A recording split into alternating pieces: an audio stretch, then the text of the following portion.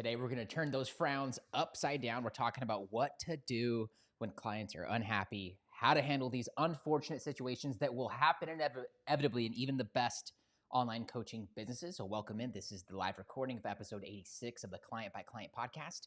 For my current clients, past clients, friends, family, drop me some emojis in the chat.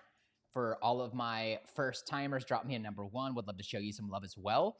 We'll get started here in a little less than 30 seconds. Today on the podcast over in Spotify and in Apple Podcasts, episode 77 just went live. Is your mindset holding you back? I help you to identify what may or may not be happening that could or might not be holding you back. It's always better to know and to have tools in place and frameworks in place so that you can work through. Maybe you are doing everything possible. You are working hard, you're working around the clock and not experiencing the results that you are wanting. Maybe there's something going on inside your head that must be solved and that needs to be solved before you can really experience that. So be sure to head over to the podcast to get that. Let's hop in and let's talk about how to handle when clients are unhappy. Hey, what's up? Jeremy here from whatupjeremy.com, back with another episode of Client by Client. Thank you so much for tuning in today. In the last episode, we got down and dirty to talk about mindset. This has been something that has been very much in the forefront over in the Get Clients program. I am fascinated by students who get amazing results day one, week two, the first month of the program, and also the students who get some results, but then maybe experience a drop off. Maybe those results don't sustain. And so what I have been trying to do is get to the root of what might be causing that. And even in my own life, in my own business, what results am I very, pushing hard towards, but I'm just not experiencing the results and the fruits of my labor in.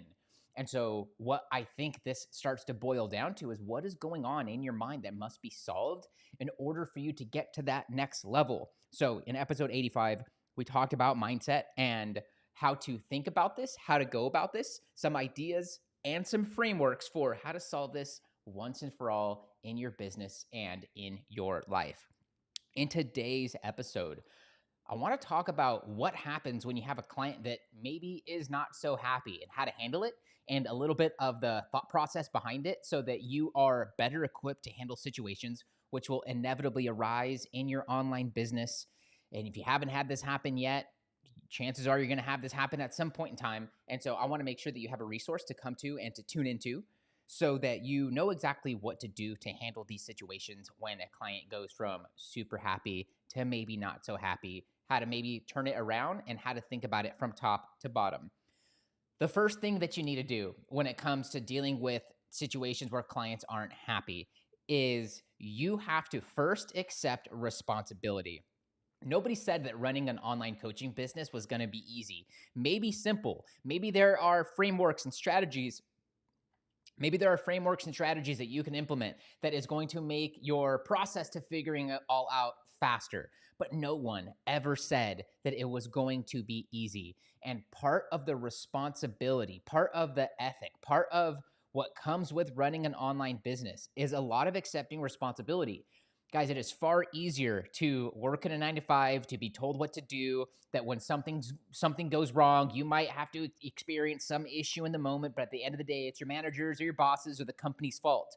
When you have your own business and you have clients and customers that are not happy, it is up to you as the business owner to first out and first off, accept responsibility. Now, I know better than anybody else that running an online coaching business is very personal. Many of you, all two of you, are solopreneurs for the most part in your online businesses. And maybe you have some teams and some contractors helping you with things. But the customer service department is you with the hat facing forward. The customer service department is you in email after dinner dealing with a situation that may have arisen where a customer's or a client's expectations weren't met, weren't exceeded, or when they are maybe at a spot where they were not being realistic. And so it's coming back on you. And so I say that to say this, whether it is your fault that you have an unhappy client or the customer had their own expectations mismanaged or something else, it is up to you first and foremost as the online business owner, as the coach, as their coach, as the person who is behind all of the strings being pulled in your business. It is first up to you to accept responsibility.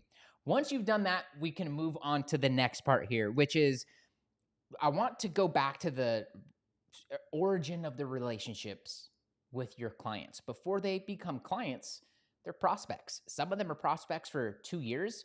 Some of them are prospects for 2 hours when they first discover you. And so the next thing that we need to start doing after we've accepted responsibility and we've accepted our role and our position in this relationship is we have to start getting diligent in the sales process, specifically on the sales call.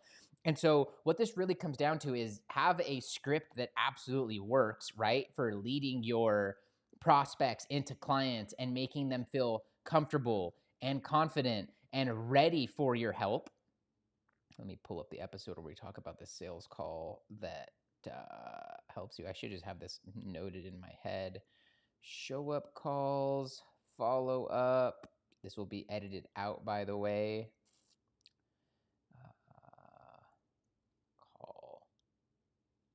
In episode 69, if you don't have a framework yet that allows for you to confidently lead the sales call and boost their confidence in you, in themselves, in your program, and the results they're going after, then head back to episode 69 so you know how the framework of a really good and the flow of a really good, successful sales call actually goes in the online coaching industry, because I break it all down for you. And once you understand that, what that allows for you to do, once you have that under your belt and in your tool set, so to say, is that now you can start to get more grounded and present and be there for the person. Because there's going to be some time where you're just trying to get the flow of it down. You're a little nervous. You finally got your first prospect on the hook. Maybe you've had a little bit of a sales slump. You finally got someone who's ready for some help. Well, once you get really good at handling the flow of the sales call, knowing what to ask, how much to listen, how little to talk, and how to lead your client towards this empowerment and towards this boost in confidence in themselves, in you, in your program, in the results, and in the possibilities, what this allows for you to get more present with is their reasons why they chose to go after the results that you help them to get, and what their vision is for the future.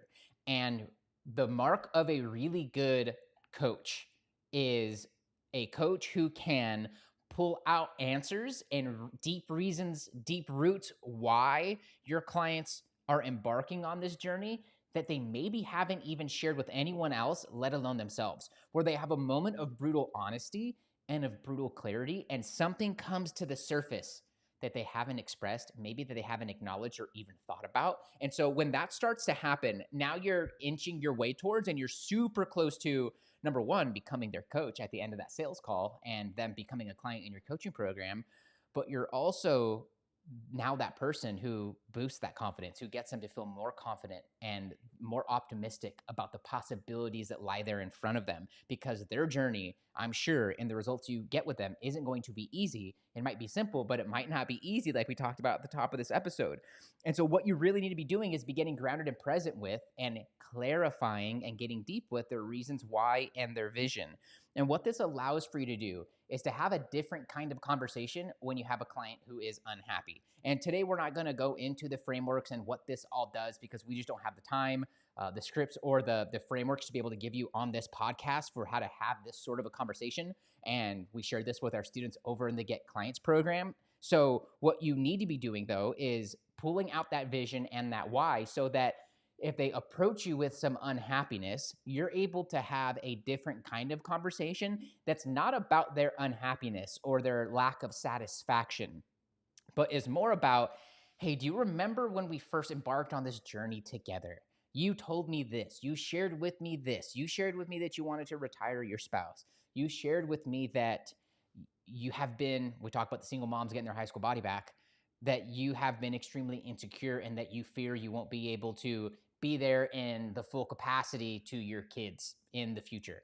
And so when you are the person that had that moment with them, you're not doing this to rub this in their face. You're doing this to hold up a mirror and just to make sure that, are we still on this same journey? Are we still, just to make sure, are we still looking at the same roadmap? Are we still looking at the same end destination together? And when you can find a way to be having the same conversation, to be in the same realm together, it can make it a lot easier to get from now let's talk about what's going on and resetting the expectations and resetting the management of those expectations so that not about this is not about getting them to be happy. This is about getting them back on track with their results, getting them back and grounded and present with what it's going to take to get them there. And when you can make it about that and not about the happiness, now you're having a, whether you look at it as a deeper conversation or you're having a higher level conversation that they're going to be extremely thankful for, that they're going to be grateful that you're the kind of person willing to have that sort of heart to heart. And when you do this, I think that you're far more likely to create lifelong, regardless of them being lifelong clients, lifelong relationships. And I think that's super important. And I think that's a worthy task for you to become really good at. Thing number 3, we talked a minute ago about accepting responsibility. I want to take this back because coaching is an internal game. It's a mental game. And what you need to do is you must be the kind of client that you want to be coaching, that you want to be attracting into your online business. So I would implore for you to look into the different areas of your life that you're attempting to get results in, that you're attempting to level up in, that you are applying time and energy and money and resources to get to the next spot. And I want for you to really have a hard look at, are you performing in the way that you're wanting your clients to? Because one of the easiest things to do is to start a business, get some money coming in, and to maybe take the pedal off of your own personal growth and to maybe start to become complacent with your own results and being the person that makes all the money and that gets all the results and that has all of the material possessions. And this isn't for everyone, but this can become a slippery slope. And when you stop working on yourself and you stop developing yourself and you stop increasing your own personal value and your personal worth, for whatever reason, other people can subconsciously feel that. They can smell that in a way. And even though they might not consciously put words to it, they can feel that. And when that starts to happen, they might start to feel like your foot is off the pedal. Like maybe you care, but not as much as you did on that sales call, or maybe not as much as you once did in some better day when they began your program. And so this is a long game. It is a mental and an internal game. But you need to become the kind of coaching client. You need to become the kind of coaching client that you want to be coaching. This is the fastest way to settle any weird disruptive energies going on in your reality and in your coaching business, is to hold yourself to the same standard or to a higher standard than you're holding your clients to.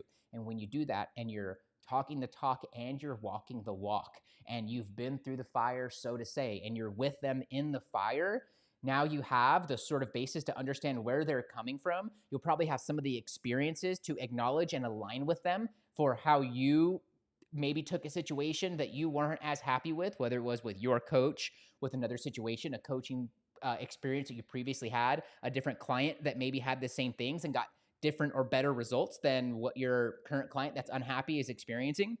And so the third thing that I want for you to do is become and be the kind of coaching client that you want to be coaching and that you want to be attracting. Again, the fastest way to solve most of the problems in your life and in your business is to be the thing that you are desiring first. And in doing this, you'll attract a whole different set of circumstances and a whole different kind of clientele.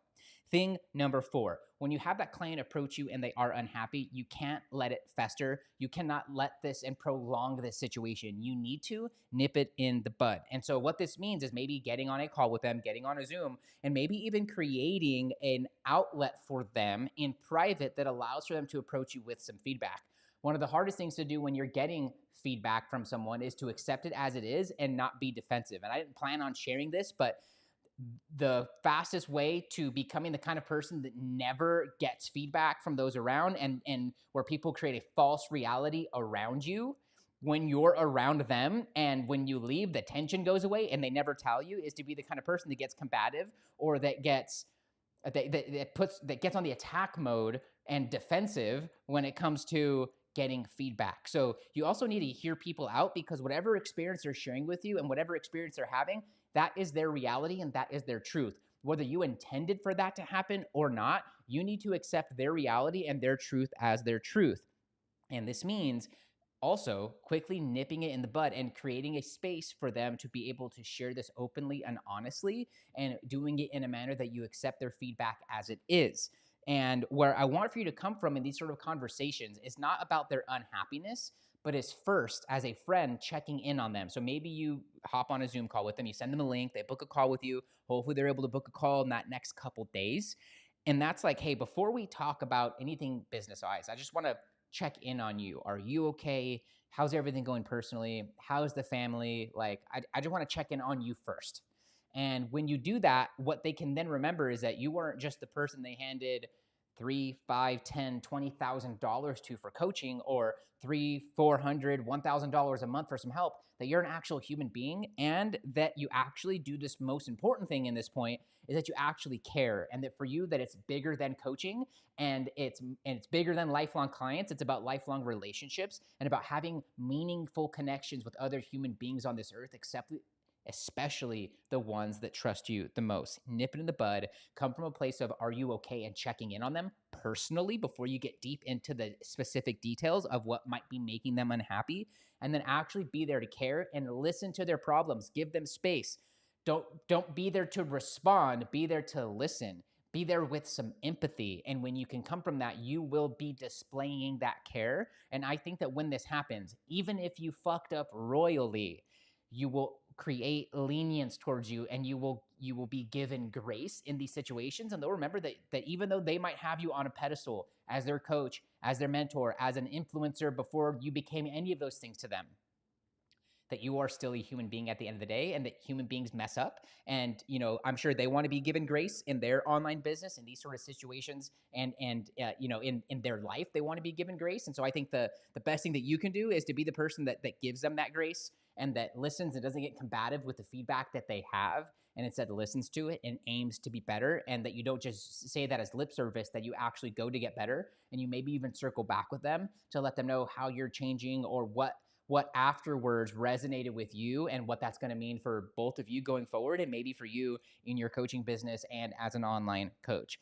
Thing number 5, if you've gotten some value from this already today, if there's something that's resonating with you, take a screenshot wherever you're getting this show, post it on your story, tag me at What Up Jeremy. I'd love to return the favor by sharing you out to my audience, and it would mean the world to me for you to pay it forward, and for me to be able to reach more other online coaches such as yourself.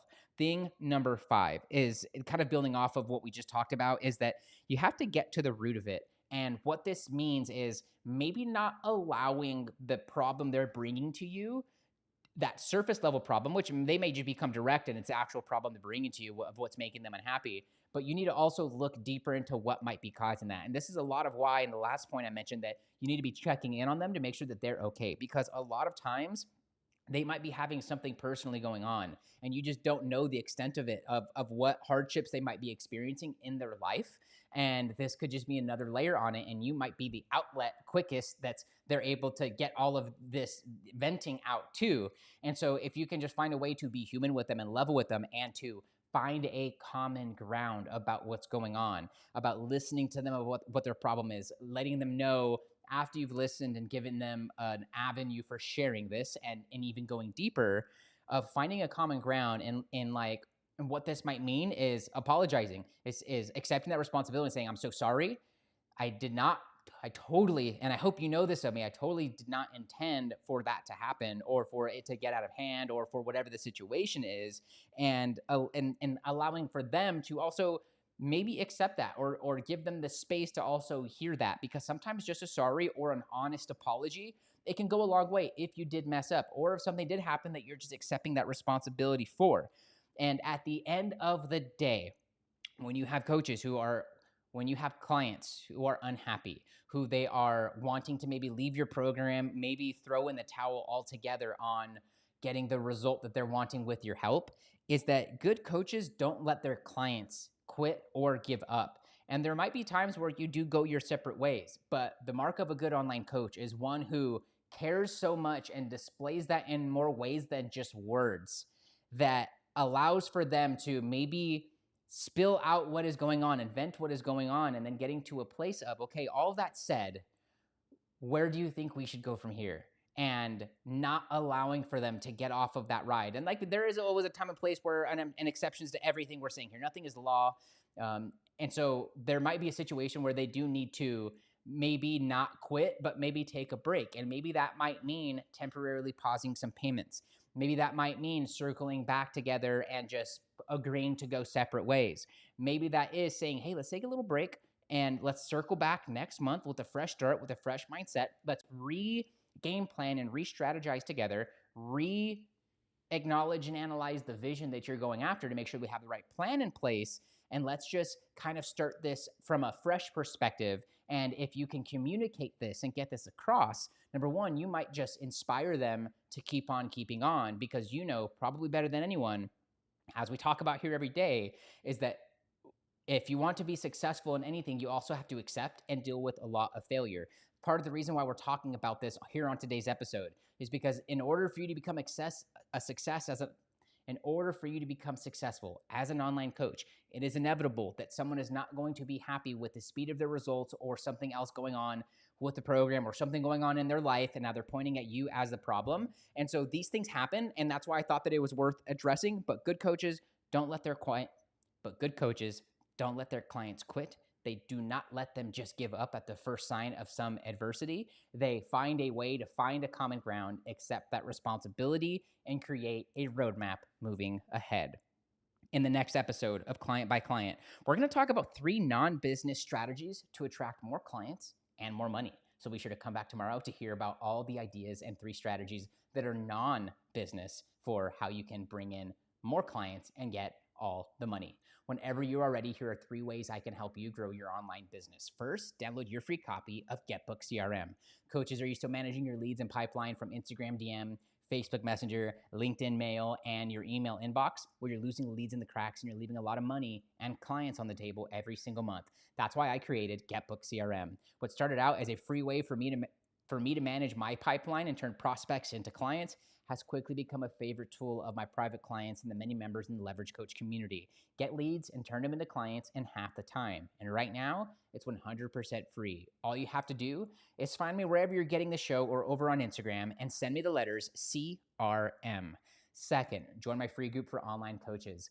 I've got a growing group of online coaches from all over the world. There's just a couple steps ahead of you at the exact same step, managing the same problems and puzzles as you are right now, or maybe a baby step or 2 behind where you're at, and all ships rise in a high tide. Get access to them, access to me, and access to resources already helping them get clients and revenue before they even work with me or pay me a single dime over in the Leverage Coach community. All you have to do is find me on Instagram and send me the word group. Lastly, become my next success story. I'm getting a couple coaches together this month to implement my methods and frameworks for injecting a minimum of $15K worth of new clients or doubling your online client roster base over the next 30, 60, 90 days. But working with the right people is super important to me. So this is only for you if you're a relationship-focused coach who always puts the person ahead of the money. You've been coaching for at least 6 months to a year. You'd like to get 3 to 5 clients organically from Facebook or Instagram every single month without spending money and time on paid ads. You have at least 300 friends on Facebook, Instagram, a social media platform, or members in a group. You're willing to take bold action because you know that your success depends upon it. And last but most importantly, you can keep a secret. If that's you, I want you to grab your phone right now, tap that Instagram app icon, find me at WhatUpJeremy, and send me the words case study. When you do that, I'll ask you a couple questions about your vision for your online business and what the next 12 months looks like in the perfect world. And then we'll talk about what the Get Clients program is, answer any questions you have about it, and share with you how we're already helping other students from all over the world. We'll also identify what part of the program will likely make the biggest impact in your online business the soonest. For all the details, all you have to do is find me on Instagram and send me the words case study. That's it for this episode of Client by Client. See you in the next one. Cheers. If you smell what the rock is cooking, if you made it all the way through to the end, drop me a number 2 for Tuesday. Would love to just say hi, and that'll be my note to self that you made it through to the end. If you did, thank you so much for being here. I appreciate you. Go subscribe pod.link/clients. You can find it in your favorite podcast player. That's it for me.